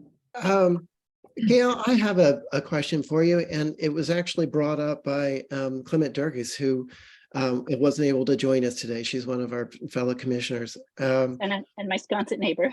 Yes, she had a question about pool lighting and how is this affected by by your article? Okay, so I went back and forth, and Leslie, we talked about this. Should there be special limitations on pool lighting? And when I went to the experts about that, they said, no, really the lighting, the general requirements for lighting should also apply to pool lighting. So there's strict limitations on uplighting, for example. So just because you have a pool doesn't mean you can put in a lot of uplighting. And your lighting of the pool would be counted within your allowance, your per site allowance for lumens. So, you know, if you put in a lot of light on your pool, it's going to take away from the light that you can put on your house, for example, or your driveway. They, you know, I thought about special restrictions for pools, but it would just have made a complicated bylaw even more complicated. And the experts just said it wasn't necessary, that what the general requirements that I've included should be a good control on pool lighting as well. Okay, that's good to hear, because with the lighting that is actually underwater, it's either coming, you know, from like a vertical place or below, and talk about reflection off a globe of a streetlight. This is like reflection all through the water, and then gets projected up onto people's houses that are adjacent to the pool. Well, there is an exemption for underwater lighting because the International Dark Sky Association recommends that. They said that the lighting, they have not found that underwater lighting contributes to sky glow or light trespass. So that's interesting. So for now, there's an exemption, but if that is proving to be a problem, that would be something we could address down the road. I was trying to tackle the known problems, and nobody had mentioned that problem to me before. And then when I talked to the International Dark Sky Association about what model that they, you know, sort of a model that they recommended, it had that exemption in there, so I included it in ours.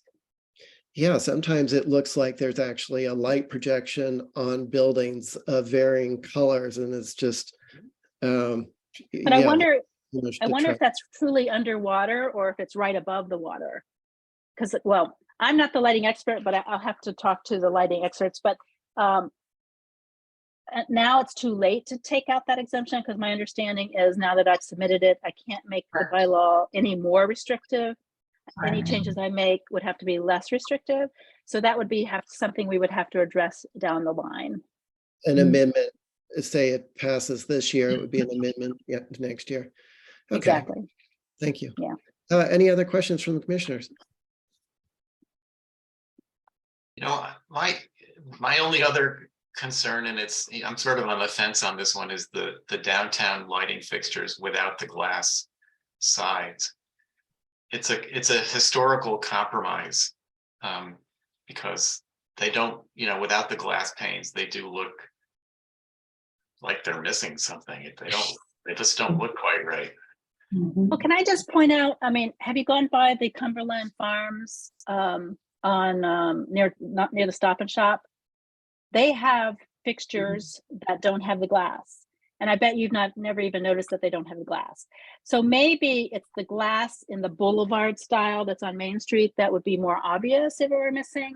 So if we're going to do a compromise, I would love to see at least the ones that are, I don't know what to call them, the more colonial style. If we could do without glass on those, maybe that's the compromise, and have glass downtown. For the boulevard, sorry, they're not just downtown. Yeah, I think the boulevard would be even more odd. I don't like those as much anyway, so I think the colonial ones are more appropriate downtown.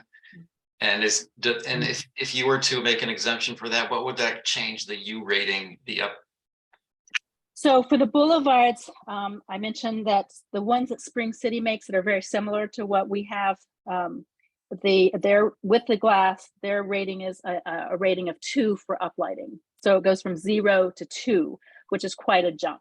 Mm-hmm. What about the colonial? You know, I didn't ask about the colonial because everybody was so focused on the boulevard. Let me see if she addressed that. I think she only specifically, Oh, no, sorry, the Jefferson. I think their version is called the Jefferson, and that jumps the uplighting rating to U3, which is the worst. And you know why? It's because those glass are at an angle, and so when it hits the light, it's reflecting a lot more, whereas I guess the rounded globe doesn't reflect as much. So that would be the really worst kind, and that's what they put in on. They did LED on what's that new street parallel to Amelia? Oh gosh. Wait, drive. Yes, Wyatt Drive. That's what they put there, and I haven't seen them lit up, but I have a feeling that the bug rating of that is pretty bad.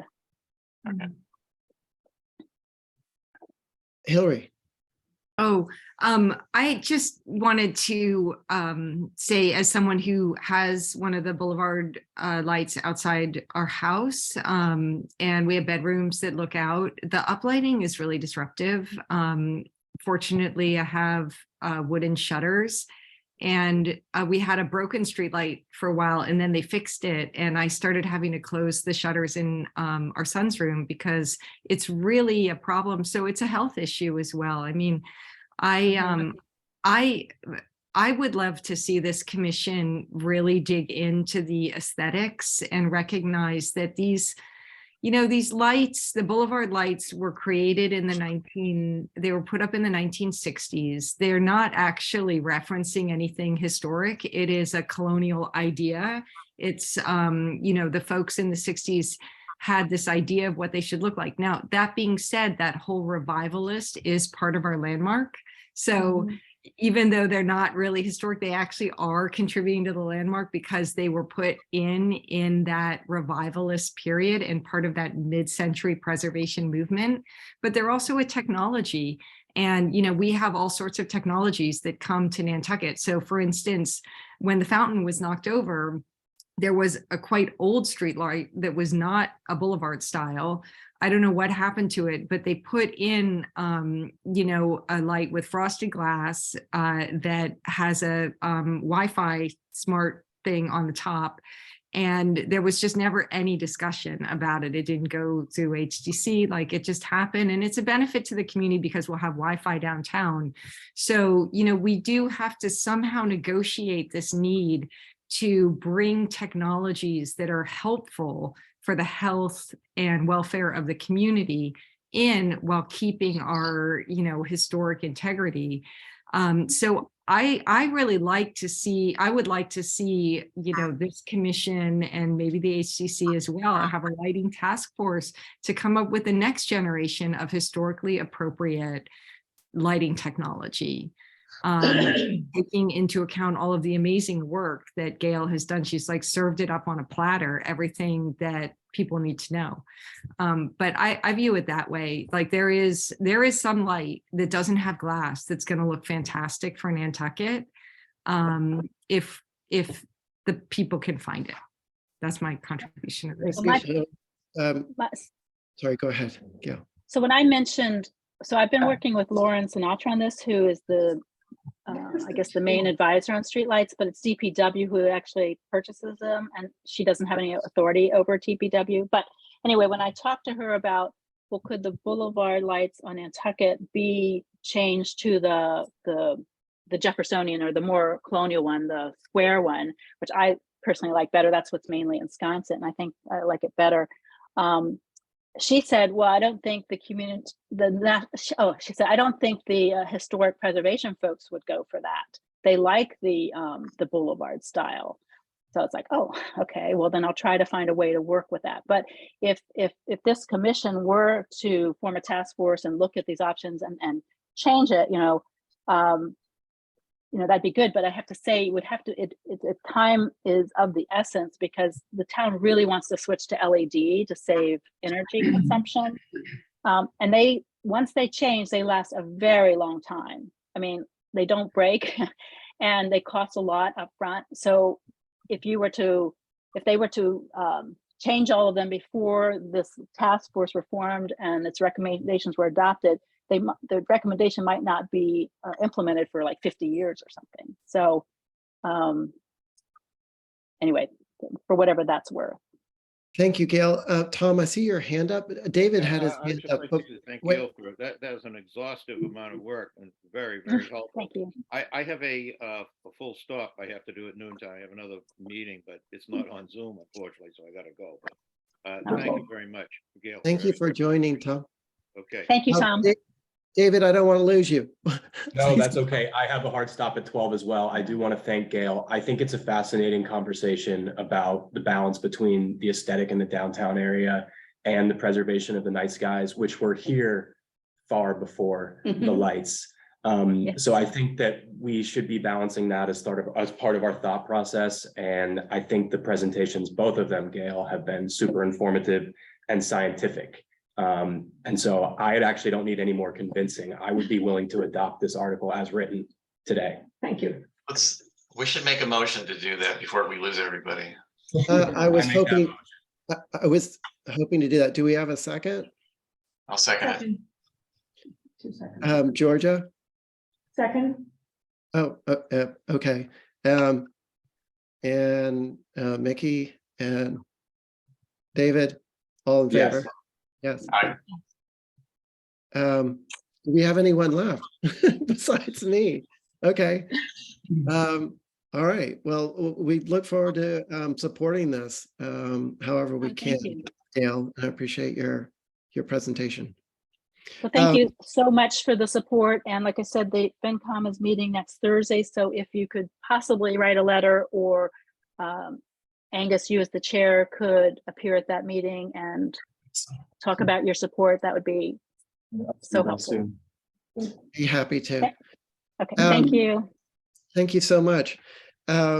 Hillary, thank you for standing by. I was hoping to hear your report on your article, and we can move that to next meeting. Yeah, I think you don't have a quorum anymore, so you can't really deliberate. No problem. No worries. I mean, you all, when you met a couple months ago, you talked about my article and said that you were formally in favor of being added to the NP and EDC. So my hearing is on the 31st. I mean, it would be helpful just to have that in writing, what you said before, to send to the FinCom, if that's something that could be done. And you know, I know that that's not an endorsement of the article or not an endorsement. It's just a statement that you'd like to be represented on the commission. Maybe we can pull that from the minutes. That would be helpful. Thanks, Hillary. Thank you, everybody. Thanks for thanks. letting me come as a guest. Appreciate it. Thanks again, Gail. Thank you, Holly and Georgia and Mickey. I'm not going to I'm not going to make a motion for ending the meeting because I don't think we have a quorum to do that. So, It's already ended. Georgia, what? I just wanted to add, this is whether or not it's, it should have been under other business. Has anybody been at the far end of Center Street lately? Where the covering of the sidewalk was done? You have to go down there and look. The sidewalk was not replaced, the bricks were not replaced, and the whole thing is all asphalt. On Center Street? On Center Street, at the far end of Center Street, down there, Easton Street, or whatever is near the Nantucket Hotel, go and take a look. It's absolutely horrific. I don't know whether it's intended to be temporary. I just happened to drive by there the other way on the end, at the end of Cliff Road, where Cliff Road ends and Center Street begins. That whole area that was repaved, they just sort of paved right up onto the sidewalk. So it's like slanted up from the road onto the sidewalk. There are no bricks, no sidewalk, nothing. That's gotta be temporary. I'll touch base Yeah, with, hopefully it's temporary, and yeah. I'd love to know what the timetable is for getting it fixed, and hopefully they've got. It doesn't sound like it's in line with the sewer force main, so it's got to be some other project. I'll find out. Yeah, Thank so you. we moved That end of Central Street. Okay, thank you, guys. All right. Bye, Thank everyone. you. See you in a little bit. Bye, everybody. Yes, see you later.